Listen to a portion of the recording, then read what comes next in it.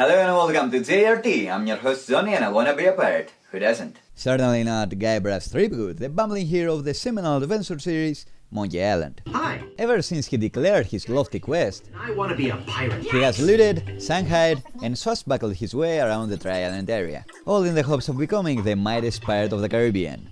His shenanigans are forever immortalized in the chronicles of gaming in the point-and-click adventure form. Whoops. Point-and-click adventures were a more relaxed, cerebral kind of game. They weren't about quick reflexes, trial and error, or trying to get a high score. They were about solving perplexing puzzles in slightly absurd ways, then sitting back and enjoying the witty banter between the characters as the story unfolds. Adventure games were king in the 90s, and any of the first three Monkey Islands can be considered the best of the genre, alongside such titles as Day of the Tentacle, Fate of Atlantis, Grim Fandango, and Gabriel Knight. I'm just kidding.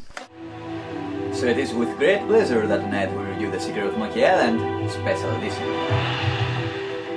It's a faithful remake of the original, with beautiful AC graphics, a fully orchestrated musical score, and professional voice acting. The franchise didn't get voice dialogues until Monkey 3, and although LucasArts didn't manage to sign the same actors for all of the recurring characters, they did manage to get the most important one, Dominic Armato as Guybrush Threepwood. Dominic has really made the character his own. He expertly brings out the childish naivete, though for misadventures and tendency for mischief are unlikely hero showcases. What could that possibly mean? As for the rest of the cast, some sound really cool, You'll end up in here for good. others sound nothing like you'd expect. Most put a lot of effort into it, others ham it up completely. I am rubber, you are glue. Even then, the script just works better spoken aloud as opposed to the original text-only version, even in scenes you might think it really wouldn't. However, there are a lot of unnecessary pauses between lines.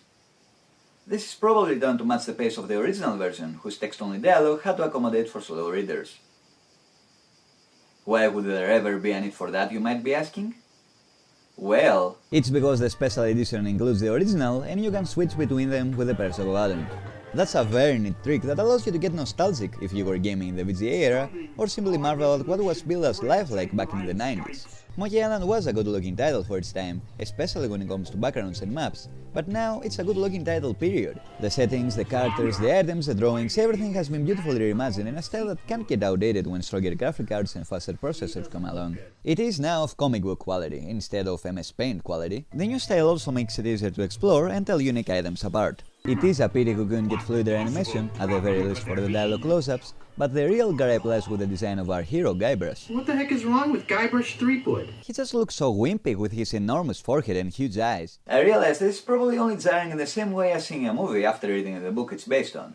You've already created the characters in your mind's eye as you were reading the book, and it's unlikely the casting choices will match your imagination. Even working with limited graphics alone, I think we all picture Guybrush as a dashing swordsman. Stand aside, troll. I'm a mighty pirate. You're no pirate. Most of the text does portray him as a wimp though, so maybe this is a better design choice? Let's get an objective opinion from someone who has never played the original. He looks like a spineless, harebrained, prissy, yet innocently cute nerd. So not much like a pirate then. No, more like a floor inspector. Mission accomplished. You look more like a flooring inspector. The most subtle difference of the special edition lies with the soundtrack. The original had an extremely memorable musical score that still sounds good today. Now that same score is fully orchestrated and a few ambient effects are thrown into the mix. It's a nice little treat, but nothing extremely noticeable. Orchestrated or not, it's the perfect backdrop to Guybrush's adventures. The score aptly sets the tone as our hero tries to complete Trials 3 to become a pirate. Watches an alarm as his love at first sight is kidnapped, urges his crew to get him to the evil pirate's lair, explores the fabled Monkey Island inside and out, and ultimately kicks some major butt. You know, I am getting this strange feeling. I mean, between the voodoo ladies, the ghost ships, the cursed captains, the Caribbean, the pirates... I know, it's just like that movie, King Kong. Seriously though, even the looker can see the connection with the summer blockbuster series Pirates of the Caribbean. And believe it or not, it is actually Monkey Island 2 that has the most obvious similarities to the Pirates franchise. Now, Monkey Island fans love thinking that Disney or series creator Ron Gilbert a few millions in royalties. After all, the Monkey games came out in the 90s, while the Pirates movies just a few years ago. But in truth, it's actually Gilbert that was inspired by the rides in Disneyland in order to create his epic yet tellingly childish story. I do believe though that the movies did eventually borrow a few things in return, as about Monkey Island. So while the dog holding keys scene in Monkey 2 is an iconic Disneyland set, I like to think that Jack Sparrow using a skeleton's leg to row his coffin comes straight from Monkey 2. The real question is, are Gilbert's nods to Pirates of the Caribbean just another innocent joke? Alongside the constant anachronistic remarks and the fact that these games don't seem to have a fourth wall at all. Or do they all hold a deeper meaning? Could they possibly be the key to the true secret of Monkey Island? Come on, Guybrush, play along. I don't know. I just know that The Secret of Monkey Island features some of the best writing I've seen in video games. The script isn't just a series of funny lines, it's very well structured and genuinely gripping. All of the characters are memorable, so you'll enjoy pushing their buttons. Obviously, neither did your barber. You'll want to examine every random object in order to find the next great quip, and you'll always feel compelled to keep solving puzzles in order to keep the flow going. The puzzles themselves are extremely solid and mess with the story and game world very well. They're about picking up everything that's not nailed to the floor, Oh, good, more inventory. and then about combining and using items in creative ways. What possible use could that have? You will also have to trick most of the people you'll encounter, and both kinds of puzzles are very fun to work out. Even though there are a couple of tricky ones that rely on trifles, like picking up that the name of a flower is... This was done to make you work a bit for the ending and keep you from breezing through the game and feeling you didn't get your money's worth of gameplay. After all, as with most LucasArts adventure games, it's not possible to get the hero killed or stuck in a no-win scenario no matter how badly you screw up. Or is it? A lot of the game is non-linear too, meaning that if a particular passage stumps you, you may explore a different area and try another one until the creative juices get flowing again. But with the advent of casual gaming and the price for the special edition below $10, it's hardly surprising that this version includes a hint system. I didn't really test it out, but it does seem to offer solutions for even the most trivial actions. Ingenious! Monkey Island features many puzzles that are now adventure game staples, like the open menu to following them to secret hideouts, improvising when following magical recipes, and deciphering inconspicuous maps that lead to legendary treasures. Well, that legendary part is debatable. It's a t-shirt. I found the treasure of Melee Island and all I got was this stupid t-shirt. What is certainly legendary is the insult swordfighting part of the game. One of Gabriel's trials is defeating the Swordmaster, and as any good swashbuckling movie will tell you, this is going to take much more than simply learning how to wave a sword around. Now I'm gonna let you in on the true secret of sword fighting. Sword fighting is kinda like making love. It's about the It's sense not of always your... what you do, but what you say. So it is zingers that win sword fights, and you'll have to go around Melee Island fighting pirates in order to learn new insults and their appropriate comebacks. You'll inevitably be losing as much as you'll be winning as you are enriching your witty repartee, but there is no real penalty to being defeated. And the only real reward comes when you beat the Swordmaster.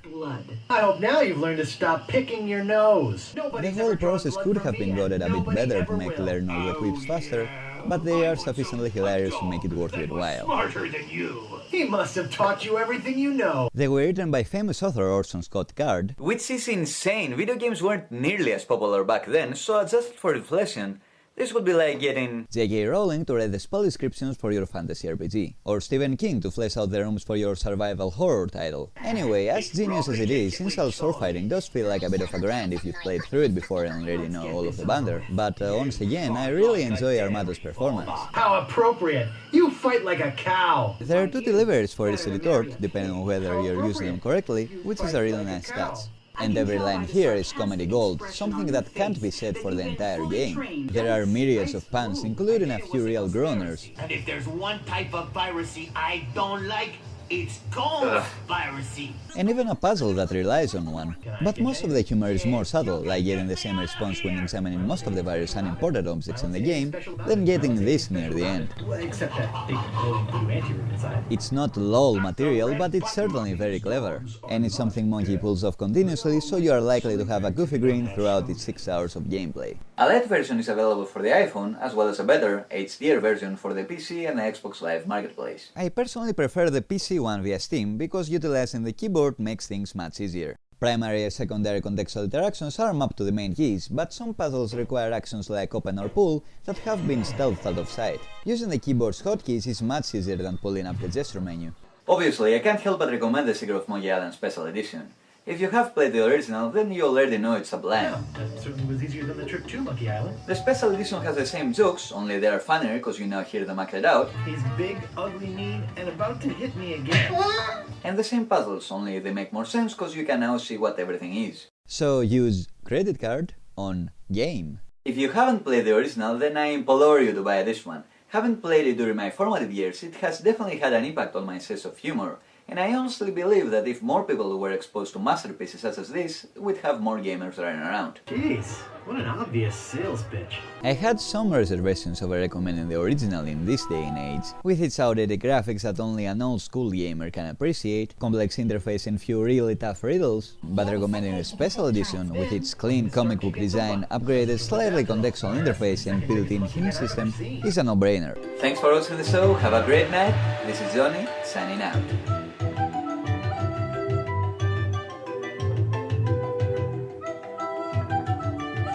You direct like a dairy farmer. How appropriate, you act like a cow. And you just call me fat?